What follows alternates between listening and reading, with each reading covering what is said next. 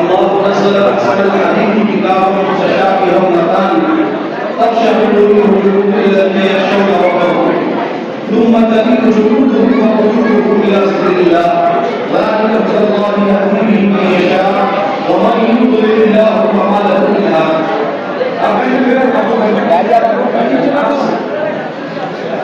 اللہ رب العزت کا بے پناہ فضل و کرم ہے کہ اللہ تعالیٰ نے ہمیں پورا قرآن کریم تراویح کی نمازوں میں سنانے کی توفیق عطا فرمائی. اس پر ہم اپنے رب کا بے حد شکر ادا کرتے ہیں الحمدللہ رب العالمین. اور ہمارے وہ تمام حضرات جو اس تمام 25 راتوں میں میرے ساتھ رہے، خاص طور پر انہیں، اور وہ تمام حضرات جو شروع میں رہے پھر جو ابھی لاسٹ اور ختم تراویح میں شریک ہوئے ہیں، انہیں بھی بہت بہت مبارکباد پیش کرتا ہوں. ایک بات کی جانیں آپ تمام لوگ کہ پورا قرآن کریم جنہوں نے سنا تراویح کی تمام راتوں میں، تو انہوں نے تو پورا سنا ہی، لیکن جو آج کی رات شریک رہے میرے ساتھ، انہوں نے بھی گویا یقیناً پیغام مصطفیٰ کی روشنی میں مکمل قرآن سماعت کی، مکمل قرآن. اور وہ کیسے سماعت کیا؟ وہ اس طرح سے کہ ترمذی شریف کی ایک حدیث پاک ہے کہ رسول اکرم صلی اللہ علیہ وآلہ وسلم نے ارشاد فرمایا کہ آقا ارشاد فرماتے ہیں کہ جس نے 3 مرتبہ سورہ اخلاص پڑھا، سیرسا بیٹھے، سیرسا کو بیٹھا، کرسی دے، بیٹھے ہوئے، کرسی دے، کرسی ہے ہماری، کرسی ایک پیچھے سے دیکھیے. آئیے سر پانی دیجیے، آئیے آنے دو، سیرسا پانی دیجیے. اور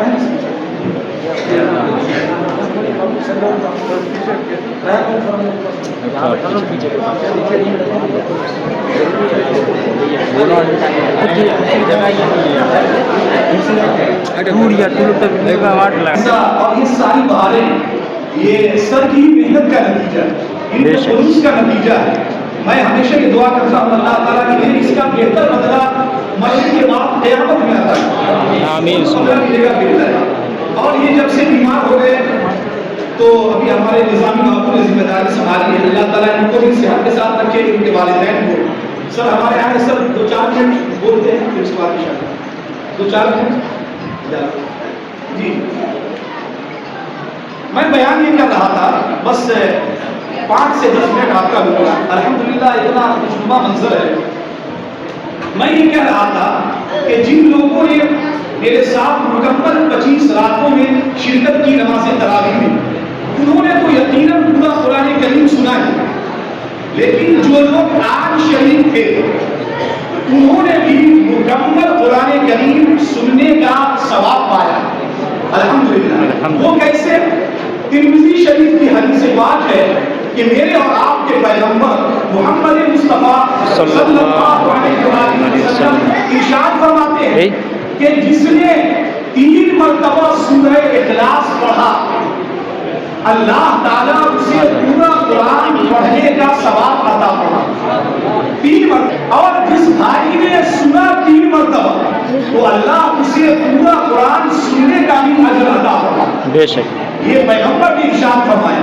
تو آج جو ہم نے اپنی تراویح میں کی آخری رکعتوں کے اندر جو ہم نے سورہ اخلاص 3 مرتبہ پڑھا، اور اسی لیے پڑھا جاتا ہے کہ کم سے کم یہ پورے قرآن میں جو کمی کوتاہی رہ گئی تو اللہ تعالیٰ اس کے ذریعے مکمل فرمائے. اور جتنے لوگ آخری تراویح میں آپ تمام آئے ہیں تو آپ تمام کو بھی اللہ رب العزت پورا قرآن سننے کا اجر و ثواب عطا فرمائے. دیکھیں یہ وہ کتاب مبین ہے قرآن کریم جس کے بارے میں رسول اکرم صلی اللہ علیہ وسلم ارشاد فرماتے ہیں.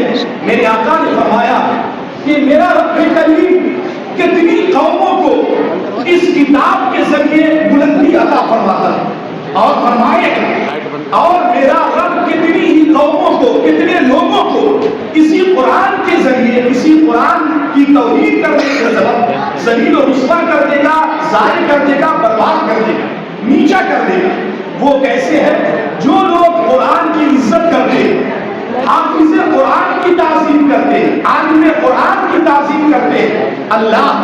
ایسی قوموں کو بلندی عطا فرما، اور جو قرآن کو پسے پشت ڈالے، نبی نے ایک حدیث میں فرمایا خبردار تم اے اہل قرآن، تم اہل کتاب کی طرح اپنی اس کتاب قرآن کو تکیہ نہ بنانا۔ تکیہ کیوں بنایا جاتا ہے اور تکیہ کیسے بنایا جاتا ہے؟ تکیہ آدمی پیٹھ کے پیچھے رکھتا ہے، ٹیک لگاتا ہے، آرام کرتا ہے۔ نبی نے فرمایا حدیث میں اے اہل قرآن خبردار اہل کتاب کی طرح، یہود و نصارہ کی طرح تم اپنی اس مقدس کتاب کو تکیہ نہ بنانا، یعنی پیٹھ کے پیچھے مت ڈالنا، اپنی زندگی میں ہمیشہ آگے رکھنا، اس کے احکام کو، اس کے فرامین کو اور اسی کے مطابق اپنی زندگی گزارنا۔ حافظ قرآن کی شان کیا ہے آپ کو بتائیں۔ ہمارے اکابر فرماتے ہیں کہ 10 لوگ ایسے ہیں جو قبر میں جائیں گے مرنے کے بعد تو اللہ تعالیٰ مٹی کو حکم دے گا، آرڈر دے گا خبردار اس کے جسم کو نہیں کھانا۔ انہی میں سے ایک شخص اور ایک ذات حافظ قرآن کی ذات، جو حافظ قرآن ہوا، قرآن کا حافظ ہوا، اس کے حلال کو حلال جانا، حرام کو حرام جانا، اور قرآن کو سینے میں رکھ کر قرآن کے مطابق زندگی گزارا، تو اللہ تعالیٰ قرآن کی بدولت اسے یہ کمال اور یہ فضل اس پر فرماتا ہے، یہ کمال دیتا ہے کہ قبر میں جانے کے بعد قبر کی مٹی حافظ قرآن کو نہیں کھاتی۔ الحمدللہ آپ کو بتا دیں حضرت عمر رضی اللہ تعالیٰ عنہ کے زمانے میں مدینے کے اندر اگر کوئی حافظ جرم کر لیتا، کوئی ایسا کام سوسائٹی میں کر لیتا جس سے قانوناً سزا لازم ہوتی، لیکن جب پتا چلتا امیر المؤمنین کو، قاضی القضات کو اس وقت کہ یہ حافظ قرآن ہے، تو یہ پارلیمنٹری آرڈر ہوتا تھا، حضرت عمر بن خطاب کی پارلیمنٹ کا آرڈر ہوتا خبردار اگر جرم کرنے والا حافظ قرآن ہے تو سزا سے اسے دور رکھا ہے۔ یہ کیوں تھا؟ یہ حفظ قرآن کی تعظیم مقصود، قرآن اس کے سینے میں ہے، اسے جیل میں نہیں ڈالا جائے گا، کیونکہ اللہ کا مقدس کلام سینے کے اندر۔ آپ کو ایک اور بات بتائیں کہ میرے اور آپ کے آقا نے ارشاد فرمایا، میں آپ تمام سے کہتا ہوں ایک بچے کو اپنے خاندان میں حافظ قرآن یا عالم دین ضرور بنائیے۔ کیوں؟ آقا نے فرمایا، حدیث صحیح ہے، میرے آقا ارشاد فرماتے ہیں حافظ قرآن جو عالم قرآن ہوگا، قرآن کے حلال کو حلال جانے، حرام کو حرام جانے اور قرآن کے مطابق زندگی گزارے، اپنے خاندان کے 10 ان لوگوں کو جنت میں لے جائے گا جس پر جہنم کی آگ واجب ہو چکی ہے۔ بے شک یہ میرے آقا نے فرمایا۔ یہ کون لے جائے گا؟ حافظ قرآن لے جائے گا۔ کس کو لے جائے گا؟ اپنے خاندان گھر والوں میں سے ان 10 لوگوں کو جس پر گناہوں کے سبب جہنم کی آگ واجب ہو گئی، حافظ قرآن اپنی سفارش اور شفاعت کی بدولت ان لوگوں کو جہنم سے کھینچ کر جنت لے جائے۔ یہ ہے حافظ قرآن کی فضیلت۔ ہم لوگ تو بس سوچتے ہیں تراویح ختم کر لیا، حافظ صاحب ہے، حافظ صاحب نہیں۔ حافظ قرآن جو بھی ہے اس کی تعظیم، اس کا ادب و احترام ہم پر لازم اور ضروری۔ ہم لوگوں نے دیکھا اپنے بچپنے میں کہ گاؤں کے بوڑھے لوگ، ان کو پتا چلتا بچہ حافظ صاحب ہے تو بڑی عزت کرتے، بہت تعظیم کرتے تھے، حافظ صاحب ہے، حافظ صاحب ہے۔ دوستو میں آپ سے کہتا ہوں، نوجوانوں سے کہتا ہوں، جو حافظ قرآن یعنی قرآن سے جو کوئی جس طرح جذبہ ہے، لگا ہے، اس کی تعظیم، ادب و احترام امت کے لیے لازم ہے، ضروری ہے۔ ان کا ادب و احترام واجب ہے۔ اللہ تعالیٰ کی بارگاہ میں دعا کرتا ہوں کہ اللہ رب العزت جتنے لوگ یہاں حاضر ہیں، کیا مجلس ہے، میں آپ سے کہوں ایک بات غور سے سنیں، یہ کیسی مجلس ہے؟ ڈاکٹر صاحب آپ بیٹھے، ہمارے محی الدین صاحب ہیں ماشاءاللہ، ہمارے مستقل ہمارے یہاں پہ رضوان صاحب بھی ہے، فیض صاحب مستقل اس بڑھاپے میں میرے ساتھ نماز پڑھ، آپ لوگوں کی خاص توجہ کیونکہ پوری رات میرے ساتھ رہے آپ لوگ، اور آپ بھائیوں کی بھی توجہ دیکھیں۔ یہ جو مجلس ہے جس میں ہم اور آپ شریک، الحمدللہ بولے ایک بار الحمدللہ، کیا یہ دنیا کی مجلس ہے؟ یہ خالص اللہ کے گھر میں اللہ کے دین کی مجلس ہے۔ معلوم ہے اس پر کیا ہوتا ہے؟ جب اللہ نے چاہا کہ میں اپنا خلیفہ پیدا کروں، نائب کروں، تو فرشتوں نے کیا کہا؟ اے پروردگار، ایسی قوم کو پیدا کرے جو قتل و غارت کرے، قتل و غارت کا بازار گرم کرے، خون خرابہ کرے، مار پیٹ کرے، ایسی قوم کو اللہ نے کیا فرمایا؟ جو ہم جانتے ہیں اے فرشتے تم نہیں جانتے. کیوں؟ یہ اسی لیے کہا تھا.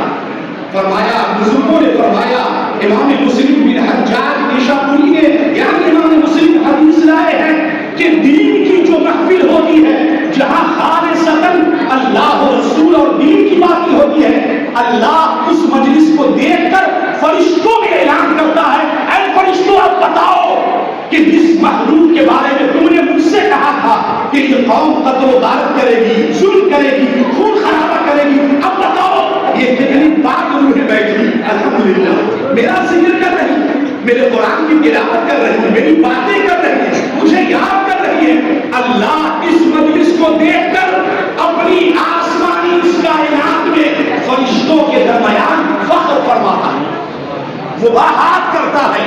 اللہ فخر فرماتا ہے کہ دیکھو میرے بندے. ایک مرتبہ اسی کے ساتھ کہ میرا رب مجھے دیکھ رہا ہے نا، یقین ہے کہ نہیں؟ یقین کامل ہے. تو میں آپ سب سے کہتا ہوں، ماسٹر حسنین صاحب کی طرف میں نے یہاں آپ بہت تراویح پڑھے ہوئے، لیکن میں ہمیشہ یہاں آپ پوچھے میرے نوجوانوں سے میں یہ کہتا ہوں ہر 2 رکعت کے بعد کلمہ طیبہ بابا سے بلند ہو. کیوں؟ کیونکہ آقا نے فرمایا افضل الذکر لا الہ الا اللہ محمد رسول اللہ. سب سے افضل ذکر، سب سے بہتر ذکر جو اللہ کو محبوب ہے، پسندیدہ ہے، وہ ہے کلمہ طیبہ لا الہ الا اللہ محمد رسول اللہ. اب ہم سب یہاں بیٹھے 100 سے زیادہ کی تعداد میں ہم لوگ ہیں. میرا رب مجھے دیکھ رہا ہے الحمدللہ، وہ مجھے دیکھ رہا ہے، ہم لوگ اس کا ذکر کر رہے ہیں. آؤ اسی رب اور اس رب کے اس گھر کے ان در و دیواروں کو جو جنت کا حصہ ہے، یہ جگہ اس کو گواہ بنا کر اللہ کی وحدانیت اور رسول اللہ کی رسالت کا اقرار کرو اور میرے ساتھ پڑھو بابا سے بلند لا الہ الا وسلم. اللہ کی پاکی بیان کر دے ایک بار. میرا رب کتنا پاک ہے ان تمام باتوں سے جو دشمن بولتے ہیں. سبحان اللہ والحمدللہ ولا الہ الا اللہ واللہ اکبر ولا حول ولا قوۃ الا باللہ العلی العظیم. اللہ تعالیٰ کا فضل ہے، اللہ نے ہمیں قرآن سنانے کا موقع دیا. بس ایک واقعہ آپ کو بیان کر دوں. مامون رشید کے زمانے میں ایک بادشاہ گزرا ڈاکٹر صاحب. مامون رشید بڑا اچھا بادشاہ ہے. اس کے زمانے میں ایک یہودی اس کی بارگاہ میں آیا، اس کی مجلس میں آیا، اس کے دربار میں آیا. یہودی تھا، آیا آ کر کے بیٹھا ہے، ٹکٹکی باندھے مامون رشید کو دیکھ رہا ہے، ٹکٹکی باندھے دیکھ رہا ہے. مامون رشید نے پہچان لیا یہ بڑا صاحب علم ہے، یہ صاحب علم شخصیت کا مالک ہے یہودی. تو اس کے بعد پھر اس سے کچھ باتیں ہوئی اور پھر وہ چلا گیا. کچھ عرصے کے بعد پھر آیا تو دیکھا اس کا تو حلیہ چینج ہے، نقشہ بدلا ہوا.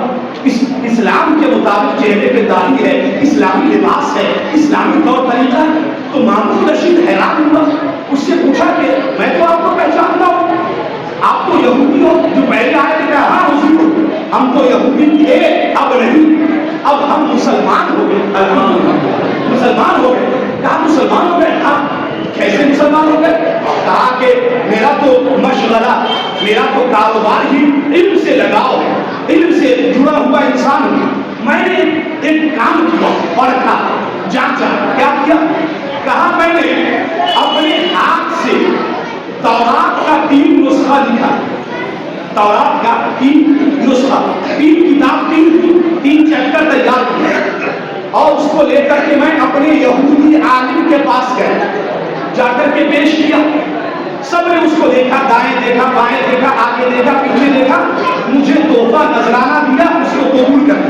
میں نے کہا سنیے آپ اسے غور سے پڑھیں، کہاں پڑھ لیے، سب ٹھیک ہے ایک دم، کوئی اس میں کمی بیشی نہیں، سب ٹھیک ہے. کہا ٹھیک ہے. وہاں سے چلا. اس کے بعد اپنے ہاتھ سے انجیل کا 3 نسخہ لکھا، 3 بک لکھی، جا کر کے عیسائی عالم کے پاس پیش کیا. اس کو دیا، اس نے دیکھا، دائیں بائیں دیکھا، آگے پیچھے، ایکسپٹ کیا، نذرانہ پیش کیا. کہا حضور غور سے دیکھ لیجیے. کہا دیکھ لیجیے سب ٹھیک ہے. کہا کچھ رد و بدل تو نہیں؟ کہا نا سب ٹھیک ہے۔ کہا میں وہاں سے چلا آیا، اس کے بعد میں نے قرآن کو لیا اور اس میں کچھ چینج کیا، تبدیل کیا، کچھ آیت کو ہیر پھیر کیا، الٹ پلٹ کیا، اور میں لے جا کر کے مسلمان عالم کی بارگاہ میں پیش کیا۔ انہوں نے دیکھا تو کہا اچھا ٹھیک ہے، ذرا میں اس کو دیکھ لیتا ہوں، آپ نے یہ نسخہ تیار کیا ہے، ذرا میں دیکھتا ہوں۔ جب انہوں نے دیکھا تو حافظ قرآن کو بلایا اور کہا کہ سنیے یہ نسخہ ہم نہیں لیں گے۔ کیوں بھائی؟ کہا آپ نے تیار کیا؟ کہا اس میں یہاں یہاں تبدیلی ہے، چینجنگ ہے، رد و بدل ہے، اس کو ہم ایکسپٹ نہیں کریں گے۔ کہا کیا ہوا؟ تھوڑا سا تو چینجنگ آئی ہے، تھوڑی سی چینجنگ ہے، تبدیلی۔ کہا نا میرے رب نے جیسا کلام محمد مصطفیٰ کے ذریعے کیا ہے ہمیں وہی قبول ہے اور کوئی قبول نہیں۔ تب میرا دماغ ٹھنڈا، تب میں سوچا ارے وہ جو میں نے یہودی کو دیا اپنے عالموں کو ایکسپٹ کر لیا، انجیل دیا عیسائیوں کو ایکسپٹ کر لیا، لیکن قرآن پتہ نہیں چلا یہی دین سچا ہے، یہی حق ہے۔ اسی لیے یہی وہ وجہ بنی کہ میں نے اسلام قبول کیا، کلمہ طیبہ پڑھا، اللہ اور رسول کی گواہی۔ سبحان اللہ، یہ وہ کلام مبین ہے۔ آخری بات آپ سے کہہ رہا ہوں، سنیے غور سے، اس کلام کو اللہ نے کہاں اتارا؟ دیکھیے آخری بات ہے اور بہت توجہ سے سنیے، خاص طور پہ یہ رمضان کی بہاریں پھر جائیں گے، سب اپنی اپنی زندگی میں مگن۔ سنو میرے پیارے غور سے، اللہ نے کلام کو کہاں اتارا؟ ڈاکٹر صاحب کی کہاں اتارا؟ مصطفیٰ کے دل پر۔ سبحان اللہ، آپ پڑھ چکے ہیں، دیکھیے آپ کو پڑھے، مصطفیٰ کے دل پر، علی قلبک، اے نبی ہم نے آپ کے دل پر اتارا۔ ابھی سوال پیدا ہوتا ہے، پڑھے لکھے لوگ یہاں مصطفیٰ کے دل پہ کیوں اتارتا؟ دماغ پہ اتارتا اللہ، اور کوئی اعضا جسم کے کوئی اور پارٹ پہ اتارتا، دل پہ کیوں اتارتا؟ کہا کیا نقطہ بیان کرنے والوں نے نقطہ بیان کیا، کیا کہا ہے لوگوں؟ کہا سنو، یہ قرآن وہ کتاب ہے جو مصطفیٰ کے قلب پہ، مصطفیٰ کے دل پہ اللہ نے اس لیے اتارا، اللہ یہ بتانا چاہتا ہے تمام جسم کے پاک عضو میں سب سے اہم وہ دل ہے۔ دل خراب تو جسم خراب، دل صحیح تو پورا جسم صحیح، اور یہی دل مرکز ہے پورے جسم کی زندگی کا۔ گویا قلب پہ اتار کر اللہ کہہ رہا ہے سنو، میں نے یہ کتاب دل پہ اتارا۔ جس طرح ظاہری زندگی کے لیے دل کا ہونا ضروری ہے، ویسے ہی روحانی زندگی کے لیے قرآن کا تمہاری زندگی میں ہونا ضروری ہے۔ اگر تم قرآن سے دور ہو گئے تو اگر جسم میں دل نہیں تو جسم بیکار ہے، وہ مردہ ہے۔ اس ویسے ہی اگر انسان کی زندگی میں اگر قرآن نہیں ہے، قرآن کی آیتوں کا پڑھنا نہیں ہے، قرآن کا تقدس نہیں ہے، قرآن کی عزت و آبرو نہیں ہے، تو وہ زندگی نہیں ہے، وہ مردہ زندگی، وہ بیکار زندگی۔ یہ نقطہ بیان فرمایا۔ اس لیے لوگوں قرآن سے دور مت ہونا۔ نبی نے فرمایا قرآن سے اگر دور ہو گئے اللہ ذلیل کر دے گا، رسوا کر دے گا تمہیں لگے گا کہ بڑے اچھے، نہ بڑی گھٹیا زندگی ہے۔ اس لیے قرآن جن کے پاس ہوتا ہے، چاہے وہ عالم دین ہو یا حافظ قرآن ہو، ہم لوگ عزت کرتے ہیں، عالم دین ہے، حافظ قرآن، اللہ تعالیٰ سب کو سلامت رکھے، صحت کے ساتھ رکھے۔ پھر ہم دعا کریں گے ہمارے مربی، میرے بڑے بھائی یہاں بار بار تشریف لاتے ہیں، میں جہاں بھی ختم تراویح کرتا ہوں تو بھائی جان شہید ہوتے ہیں، مجھے انہوں نے ہی پالا پوسا، الحمدللہ۔ میرے والد کا مجھ پر تو کرم ہے ہی، اور سب کے ماں باپ کا سب پہ کرم ہے، لیکن میرے والد کا بڑا احسان ہے۔ میں کبھی غور کرتا ہوں کہ میرے والد نے مجھے، میرے پاس دماغ تھا الحمدللہ، میں آپ کو بتاؤں تحدیث نعمت کے طور پہ کوئی پراؤڈ ناز نہیں، الحمدللہ میں بڑا جینیس اسٹوڈنٹ تھا۔ ایک شے کو اگر میں یاد کر لیتا تو میں الحمدللہ بہت زمانے تک بھولتا نہیں، اور میری جماعت میں مشہور تھا کہ یہ جس شے کو یاد کر لے تو پھر یاد ہو جائے۔ الحمدللہ میں جو چاہتا بن جاتا، میرے والد جو چاہتے بنا دیتے تو میں بن جاتا، اگر گائیڈ لائن مل جاتی تو میں بن جاتا، بڑے بڑے عہدے پر بیٹھتا۔ لیکن اب غور کرتا ہوں میرے والد نے مجھے حافظ بنایا، عالم دین بنایا، تو یقیناً ان کا بڑا احسان ہے، بڑا احسان ہے، کیونکہ حافظ قرآن کے بارے میں میرے نبی نے فرمایا اللہ کل قیامت کے میدان میں حافظ قرآن سے کہے گا کہ رتل کما ترتل فی الدنیا ورتقی، اللہ فرمائے گا اے حافظ قرآن تو قرآن پڑھتا جا ٹھہر ٹھہر کر جیسے دنیا میں پڑھتا تھا اور جنت کی منزلیں طے کرتا ہے، سبحان اللہ، طے کرتا ہے، جہاں جا کر قرآن ختم ہوگا جنت میں وہی تیری منزل، سبحان اللہ۔ یہ کرم کس کو ملے گا، یہ فیض کس کو ملے گا؟ کون ہے؟ ڈاکٹر صاحب، انجینئر صاحب، آئی ایس صاحب، آئی پی ایس صاحب، کون ہے؟ اللہ یہ کمال اگر ایمان پر موت ہوئی تو دعا کر دینا اللہ ہم سب کا ایمان پر خاتمہ کرے، اگر ایمان پر موت ہوئی تو یقیناً اللہ کی رحمت سے امید ہے کہ اللہ مجھے بھی یہ مقام و مرتبہ عطا کرے انشاءاللہ تعالی۔ اللہ تعالیٰ سلامت رکھے۔ میرے بڑے بھائی تشریف فرما ہے، انشاءاللہ دعا کریں گے۔ میں بھائی جان سے درخواست کرتا ہوں میرے جتنے نمازی ہیں ان سب کے لیے دعا کر دیں گے، ہمارے سیکریٹری صاحب یہاں ہیں ان کے لیے دعا کر دیں، اور جن لوگوں نے مجھ سے دعا کی درخواست کی ہے ان کے لیے بھی دعا کر دیں گے۔ بس یہ کہنا ہے کہ یہ قرآن اسلام کی دولت ہمیں ملی محمد مصطفیٰ کے صلی اللہ آقائے کریم کے صدقے، کائنات کے تاجدار کے صدقے۔ آؤ کھڑے ہو کر اسی نبی، اسی رسول ہاشمی رحمت للعالمین، شفیع المذنبین اور آقائے کائنات تاجدار مدینہ محمد مصطفیٰ صلی اللہ علیہ وسلم کی بارگاہ میں کھڑے ہو کر صلاۃ و